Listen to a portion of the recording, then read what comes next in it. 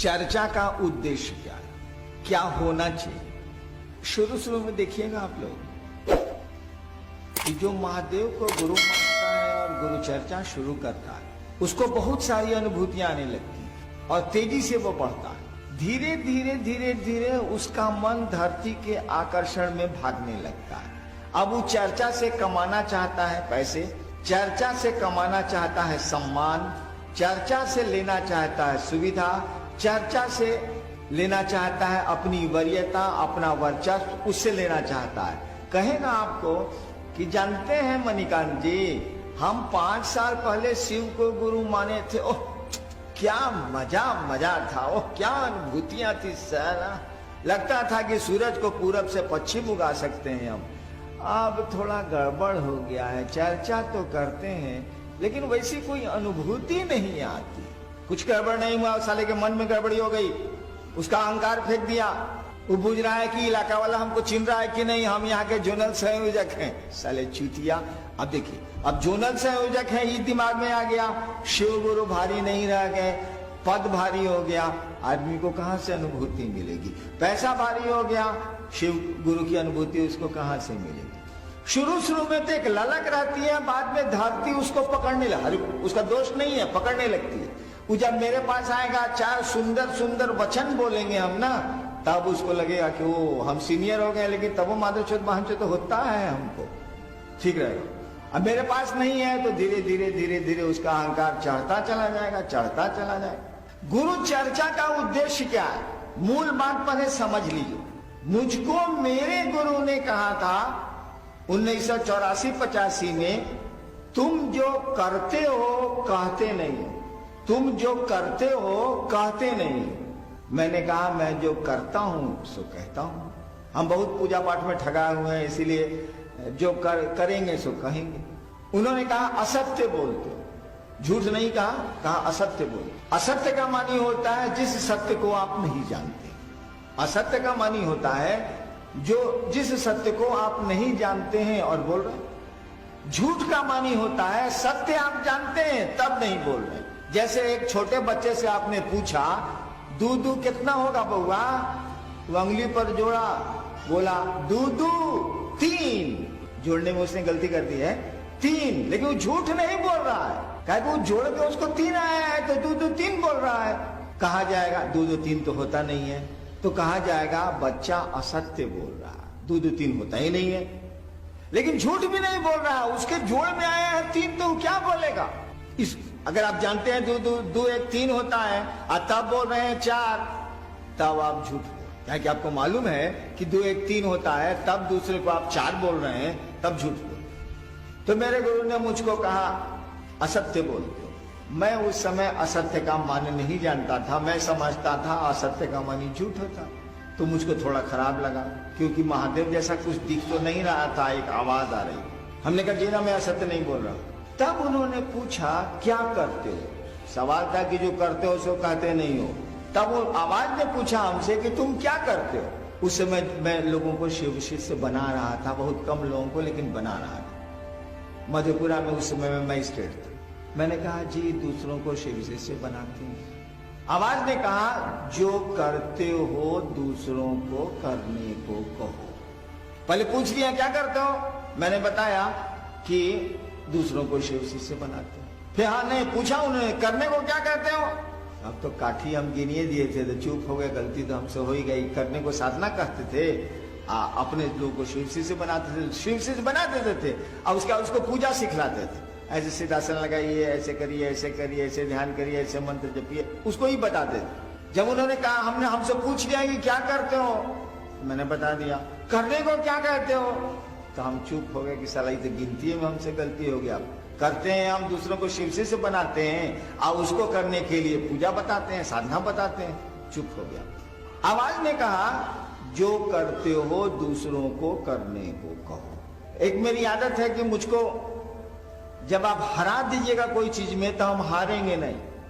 आरा छपरा में क्या होता है कि खेत का नापी हो जाता है, अमीन आके नाप देगा, ये आपका खेत हुआ, ये आपका खेत होगा, और उसका खूटा गढ़ता है कि आपका खेत है, ये आपका खेत है। जहां खूटा गढ़ाना शुरू हुआ कि खेत वाला कहेगा खुटवा तो वही जा गौड़ी जहां हम कहते नहीं, नपला से ना हुई, यानी सुनेगा नहीं वो कुछ। नाप दीजिए जो करना कर ली। तो मेरी आदत है, हमको हरा दीजिएगा ना तो हम खोज खोज के आपसे लड़ेंगे कि हारे नहीं हम, मेरा अपना स्वभाव।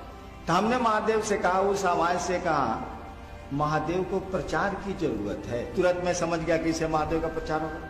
हमने कहा महादेव को प्रचार की जरूरत है। उस आवाज ने एक वाक्य हमको कहा, उस वाक्य से मैं सारी बात समझ गया। लेकिन जहां ठहरा था वो एक मजिस्ट्रेट का डेरा था, हम भी मजिस्ट्रेट थे, हम गए पटना जा रहे थे, बेगूसराय में ठहरा था मैं। वो तब तक चाय लेके आ, हमने कहा ये सर सुनिए ना, सीनियर थे रिटायर कर गए, सर सुनिए ना ऐसे ऐसे हुआ। तो बोले कि हम लोग कुछ जानेंगे तब ना महादेव का चर्चा करेंगे। उसके बाद तो वह वाक्य मैं समझ तो गया लेकिन भूल गया। जब भी कोई बहुत ऊपर की सत्ता आपसे कुछ बोल रही है उसको काटिए मत, सुन लीजिए चुपचाप। रोहतगी साहब आए थे मजिस्ट्रेट साहब, भीतर से चाय लेके, हम उनको कहा वो काट दीन, और उस समय आवाज वहीं पर खड़ी होगी, बस वही भूला गए, हम भूला। यानी गुरु का आदेश था तुम जो करते हो दूसरों को करने को कहो।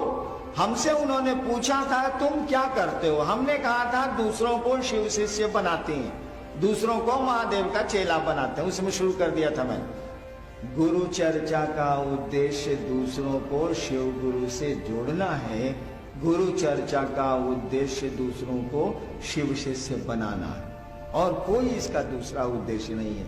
मैंने तो देवघर में कई बार इधर मैंने लगातार मैंने कहा है कि आप तिजारत करिए, आप व्यापार करिए, कोई दिक्कत नहीं है। वो सम्मान खरीदिए, पैसा लीजिए, पद धरिए, कोई दिक्कत हम लोगों को नहीं है। लेकिन कम से कम महादेव के काम में तो तिजारत छोड़ दीजिए, पटवारी बुद्धि छोड़ दीजिए, व्यापार छोड़ दीजिए, बाकी दुनिया में करिए ना, क्या आपको रोक रहा है? कम से कम अपने गुरु के मामले में व्यापार छोड़ दीजिए, बाकी जहां व्यापार करना है कि करिए, जहां तिजारत करनी है करिए, के रोक रहा है? दुनिया तो उसके बिना चलती ही नहीं। और व्यापार को प्यार से भारी दुश्मनी है। जैसे रोशनी को अंधेरे से दुश्मनी है या अंधेरे को रोशनी से दुश्मनी है, प्यार को व्यापार से भारी दुश्मनी है। अगर व्यापार में आप प्यार को ले आया, व्यापार बैठ जाएगा। अगर आप ले आए हैं व्यापार में प्यार को, व्यापार बैठ जाएगा। अगर प्यार में व्यापार को लाइएगा, प्यार बैठ जाएगा। दोनों का आपस में भारी बैर है। प्यार और व्यापार एक साथ रह ही नहीं सकते, मोहब्बत और तिजारत एक साथ हो ही नहीं सकती। दोनों दूसरे को एक दूसरे को मारेगा। व्यापारी हैं आप, उसमें मोहब्बत कर रहे हैं, सब लुटा दीजिएगा, चला जाएगा व्यापार हवा में। प्यार करते हैं आप, उसमें व्यापार को लाइएगा, प्यार हवा हो जाएगा। उन्हें ठीक है, कम से कम महादेव के काम में तिजारत छोड़ दीजिए। महादेव के जो गुरु का आदेश है उसमें व्यापार बंद कर दीजिए। उसमें पद ना देखेंगे, उसमें धन नहीं देखेंगे, उसमें सम्मान नहीं देखेंगे, कोई दिक्कत नहीं है, बहुत बढ़िया चलेगा। क्यों ऐसा मैं कह रहा हूं? गुरु आपकी चेतना का परिमार्जन करते हैं, उनसे संबंध बना के रखिएगा ना तो धीरे धीरे सारी चीजें ठीक हो जाएंगी, सब कुछ सुंदर हो जाएगा। गुरु से ही संबंध नहीं होगा तो बाकी ठीक कौन करेगा? गुरु ही ना परिमार्जन करेंगे, गुरु ही ना हमारा आपका शुद्धिकरण करेंगे। उनसे संबंध बढ़िया से बना के रखिए, उनके संबंध में तिजारत को बंद कर दीजिए। कोशिश करिए कि नहीं करें, आदत हम लोगों की है वही करते हैं। उनसे संबंध बनाने में हम लोग कुछ नहीं सोचेंगे, सबको समेट के चलेंगे, सबको अपना समझेंगे, बाकी जगह अपना अपना धंधा करेंगे, कोई दिक्कत नहीं है। बाकी जगह अपना अपना काम करेंगे, व्यापार करना होगा करेंगे। तो गुरु चर्चा, एक शर्मा जी बैठिए चुपचाप, 5 आदमी में भी कफ हो रहा है। महिलाओं को बोलिए चुप रहने के लिए, नहीं तो बाहर जाए। कुर्सी पर बैठी हुई महिलाएं चुप रहें कृपया। तो उनके पांव में दर्द है इसलिए कुर्सियां दी गई हैं। उनको भ्रम हो गया कि हम बहुत सीनियर हैं इसीलिए कुर्सियां दी गई हैं। ऐसा नहीं है, वो बैठ नहीं सकती हैं इसीलिए कुर्सियां उनको मिली। तो चर्चा का उद्देश्य दूसरों को शिव का शिष्य बनाना। आप चर्चा करते हैं तो ये सोच के जाइए कि हे महादेव ऐसी दया करिए, ऐसी दया करिए कि लोग आपको गुरु बना ले, फिर हमको जाना नहीं पड़े। वही लोग मुझको बुलाएं कि दीदी जाइए ना, कमाल गुरु के बारे में बताइए। आप 1 महीने में आइएगा ना, पूरा मोहल्ला को हम शिवसित हम ही बना के रखेंगे, तब आप आइएगा ना, आप जाइए ना। अरे कमाल हो गया। जब गुरु की दया के तहत आप शिव ये सोच के जाइएगा कि हम चर्चा कर रहे हैं, कोई शिव को अपना गुरु मान ले, हे महादेव आप ऐसी दया करिए ना, आप ही का ना आदेश है। और तब देखिएगा परिणाम कितने सुंदर आने लगे हैं, कितना आपको भी अच्छा लगेगा, दूसरों को भी अच्छा लगेगा। जो शिव को गुरु मान बैठे हैं वो थोड़ा